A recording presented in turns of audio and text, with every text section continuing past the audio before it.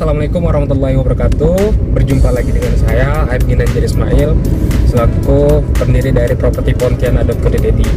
Nah, di kesempatan hari ini mungkin saya ingin sharing kepada sahabat properti dimanapun Anda berada. Nah, ini mungkin sedikit pengalaman dari saya pribadi, berusaha untuk menjadi developer. Nah, katakan saja saya sebagai developer pemula. Awal mulanya saya adalah seorang sales atau marketing dari sebuah perumahan. Pernah juga sebagai agent, tapi memang saya punya impian dari dulu pengen jadi seorang developer atau pengembang. Nah, untuk memutuskan menjadi seorang developer ternyata runtutannya cukup panjang, karena kita tidak ada modal, nggak ada punya modal yang kuat untuk menjadi seorang developer. Saya pernah bertanya ya kepada guru saya, namanya Pak Fahri. Waktu itu saya tanya, bos, untuk menjadi seorang developer apa sih gitu, dan beliau menjawab, jadi seorang developer itu ternyata simpel katanya, beli lahan, bangun dan jual. Iya benar juga ya, waktu itu jawabannya kayak gitu. Tapi ternyata runtutannya begitu panjang ya, dari negosiasi lahan, kemudian legalitas, pembangunan dan penjualan. Wah, luar biasa banget ya. Tapi yang jelas saya pribadi, saya pegang benar nih, iya, beli lahan, bangun dan jual, itu seorang developer. Nah, waktu itu saya nggak punya modal sama sekali ya, asli. Mungkin kalau di rekening oleh 1 juta doang. Tapi bismillah, waktu itu saya berusaha untuk mencari rekanan ataupun rekanan, katakanlah investor itu, untuk mengakuisisi sebuah lahan ya. Karena kami baru pemula, jadi lahannya nggak besar-besar. Jadi lahannya itu lahan kecil aja, kurang lebih sekitar 4 coupling dengan ukuran 40 kali 15. Nah, waktu itu saya ajak investor untuk joinan, bagaimana bisa bersama-sama menjadi seorang pengembang pemula di Pontianak. Alhamdulillah beliau juga mau. Nah, mungkin itu di lain sesi saya akan bercerita bagaimana mendapatkan investor, dan saya mungkin di sini membahas bagaimana negosiasi lahan. Itu yang paling penting ya. Ternyata negosiasi lahan sangat luar biasa, karena saya pribadi pernah membaca buku yang nulis itu Mas Fuja itu seorang developer pengembang ya di Kalimantan Barat, sekaligus penulis buku judulnya itu Main Properti Gaya Anak Muda. Nah, di situ saya bisa mempelajari, dan salah satu beliau menceritakan bahwasanya kalau negosiasi lahan untuk awal-awal biasanya keluar keringat jagung, ya, keluar berkeringatan gitu. Dan ternyata benar gitu kan, apa yang Mas Fuja sampaikan di bukunya ternyata benar banget. Jadi saya waktu itu ngelobi tuan tanah, ternyata beneran, wah bahaya. Padahal hanya kecil ya, 40 kali 15, kalau dibangun perumahan bisa jadi 4 pintu. Tapi karena baru pemula, ternyata berkeringat juga ya. Waktu itu saya bilang sama tuan tanahnya, Pak, ini per coupling kena berapa ya? Jadi orangnya bilang harga jualnya 55 juta. Oh begitu Pak, ini rencananya kebutuhannya untuk apa? Saya bilang gitu kan. Beliau yang punya tanah bilang, saya mau nikahkan anak terakhir saya. Oh gitu Pak, ini berarti kalau dijual 55 juta per coupling, ya tinggal kalikan 4 aja ya.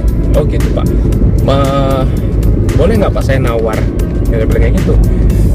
Kata bapaknya yang punya lahan, nawar berapa? Saya nawar jadi 60 juta. Lah Mas, maksudnya gimana ya, kok nawarnya makin ke atas bukan ke bawah? Jadi tuan tanah sempat bingung kan. Langsung saya tegasin, maaf Pak, maksud saya begini. Nah, itu masih koma. Maksud saya begini Pak, dengan harga 60 juta tapi bayarnya bertahap, tempo selama 6 bulan.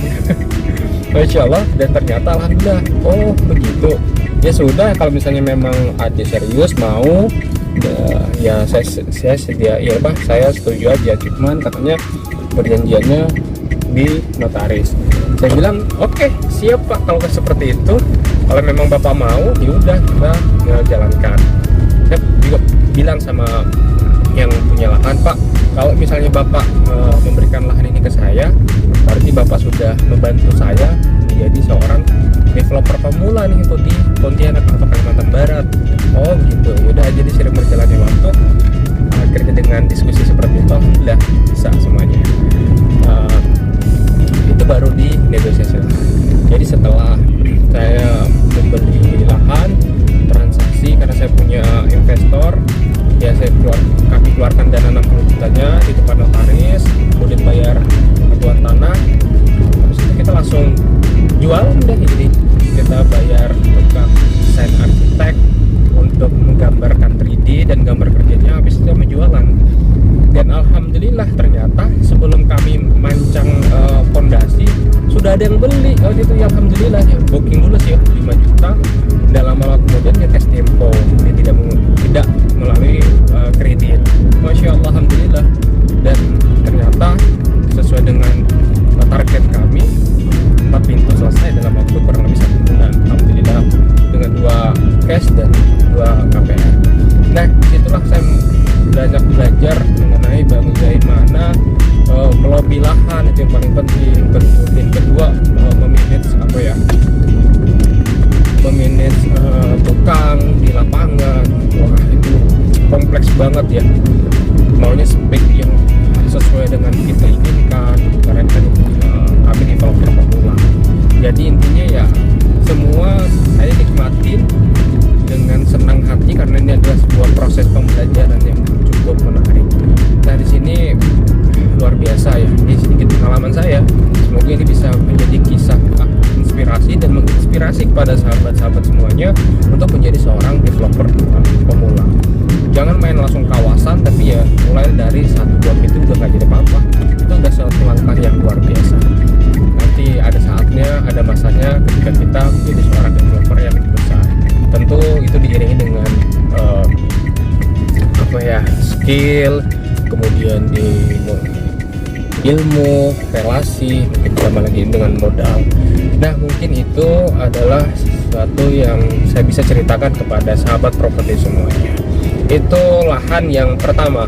Dan saya mungkin bercerita juga kepada sahabat properti mengenai saya dapat 6 kapling lahan, dan alhamdulillah untuk ke 6 kapling itu saya bagi bangun. Jadi saya tidak membeli lahan, jadi tidak keluar bahasanya, tidak keluar uang Rp1.000 pun.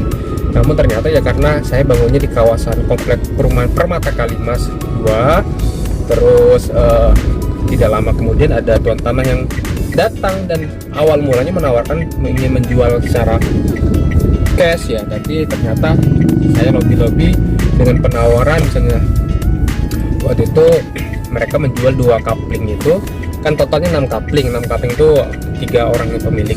Jadi kalau misalnya mereka menjual 120 juta untuk 2 kapling, saya bilang kalau hanya sekedar 2 kapling ya bisa aja kami beli Pak gitu. Tapi kenapa nggak ini aja bagi bangun gitu kan? Kalau misalnya bagi bangun, Bapak dapat 1 pintu, saya dapat 1 pintu gitu. Ya udahlah, yang penting intinya jalan. Bismillah, alhamdulillah atas izin Allah saya dapat 6 lahan kapling. Insya Allah di bulan September, pas tanggal 9 September, yaitu pas tanggal lahir saya, barang ini akan launching. Jadi 6 pintu insya Allah. Bismillah.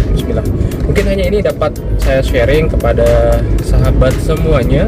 Semoga bermanfaat dan menjadikan ini sesuatu yang ya berharga lah buat sahabat semuanya. Semoga menginspirasi.